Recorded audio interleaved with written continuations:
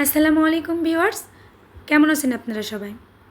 আশা করি অবশ্যই ভালো আছেন আর সবসময় আপনারা ভালো থাকেন সেই দোয়াই করতে থাকি। তো যাই হোক, সন্ধ্যাবেলার একটি ঘটনা নিয়ে আপনাদের সামনে চলে আসলাম নিউ ব্লগ নিয়ে। তো সন্ধ্যাবেলা একটু আগে বিকালে মানহা এবং মায়েশা ছাদে গিয়েছিল ঘুরতে। অনেকক্ষণ আসতেছে না দেখে বুঝলাম উপরে ফ্ল্যাটে আছে ভাবির বাসায়। তো বাইরের থেকে আওয়াজ হচ্ছিলো, কলিং বেল দিলে বলল যে ভিতর থেকে দরজা খোলা। তো খুলেই যেটা দেখতে পেলাম, আপনারাও আমার সাথে দেখেন, এই সুন্দর মুহূর্তের সাক্ষী হন। টেলিভিশনের মিউজিকের তালে তালা তারা দুজন ডান্স করতেছে আর তিনজন অডিয়েন্স দেখতেছে। দুইজন ডান্সার, অডিয়েন্স তিনজন। তো আমি ভাবলাম যে দুইজন ডান্সার সুন্দর করে ডান্স করতেছে, আমি কেন অডিয়েন্সের সারিতে বসবো না? না দেখলে কেমন একটা হয়ে যায় না? বিনোদন তো আমারও দরকার আছে, আমারও তো বিনোদন প্রয়োজন, তাই না? তো আমিও বসে গেলাম দর্শক সারিতে। আর যদি আমি মিউজিকটা শোনাইতে পারতাম, কপিরাইটের প্রবলেম না থাকলে, তাহলে বুঝতেন যে আসলে ওরা কতটুকু সক্ষম হয়েছে এই গানের তালে তালে নাচতে। যথেষ্ট চেষ্টা করেছে আর আমি বলবো ওদের দিক থেকে ওরা 100-এ 100। যদি একটু বেশি মার্ক দেওয়া যেত তাতেও কোনো সমস্যা ছিল না। তো এই যে দুইজন দেখছেন, একজনের নাম হচ্ছে মান্না বিনতে মহসিন আর একজনের নামের নাম হচ্ছে প্রীতিশা পোদ্দার। নামের শুনেই বুঝতে পারছেন যে দুজনের ধর্ম আলাদা, কিন্তু ওদের মেন্টালিটি একদম এক। একজন আরেকজনের পরিপূরক বললেও চলে। যেমন মেন্টালিটি, সেম ক্লাসে পড়ে, বয়সের একটু ডিফারেন্ট আছে। মানহার থেকে প্রীতিশা মেবি 1.5 বছরের সিনিয়র। তো সেই সিনিয়রিটি ওদের মধ্যে একদম বোঝা যায় না যে দুইজনের একদম সেম মেন্টালিটি, সেম পছন্দ যেটাকে বলে। তো এই খেলতেছে, একজনকে না হলে আরেকজন বাঁচে না, একদিন দেখতে না পেলে আরেকজন চলে আসে, সারাদিন একসাথে থাকে। যদি একজন নিচে যায় তো আসার আর নাম করে না, আর একজন যদি উপরে আসে তাহলে আসার আর নাম করে না।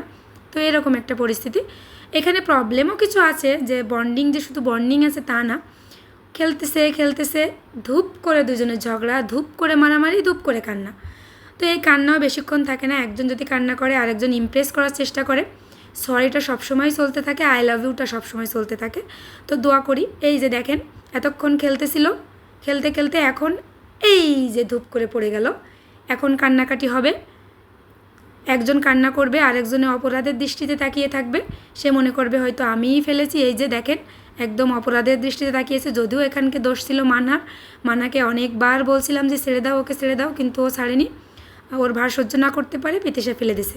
যাই হোক, এখন বান্ধবীকে ইমপ্রেস করার জন্য বান্ধবী নাচানাচি করতেছে। তো বান্ধবী ইমপ্রেস হয়ে গেল।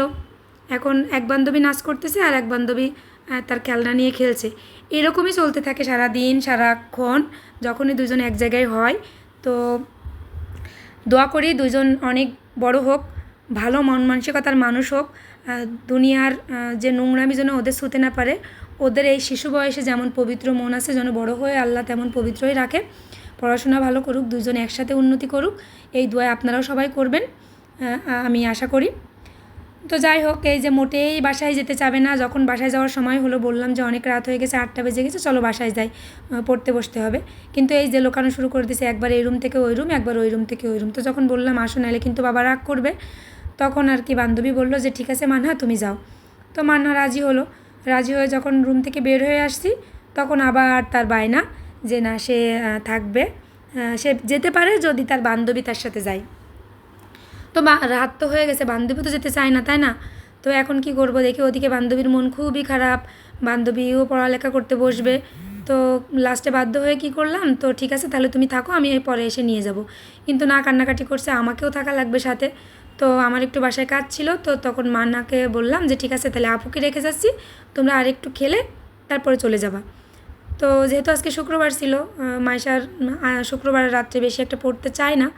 তো ঠিক আছে তাহলে বললাম তাহলে মাইশা তুমি থাকো, একটু পরে যেও। তো এই আর কি, সবাই দোয়া করবেন ওদের জন্য। আর যারা এখন পর্যন্ত ইউটিউবে থেকে ভিডিওটা দেখছেন তারা অবশ্যই সাবস্ক্রাইব করে দিবেন।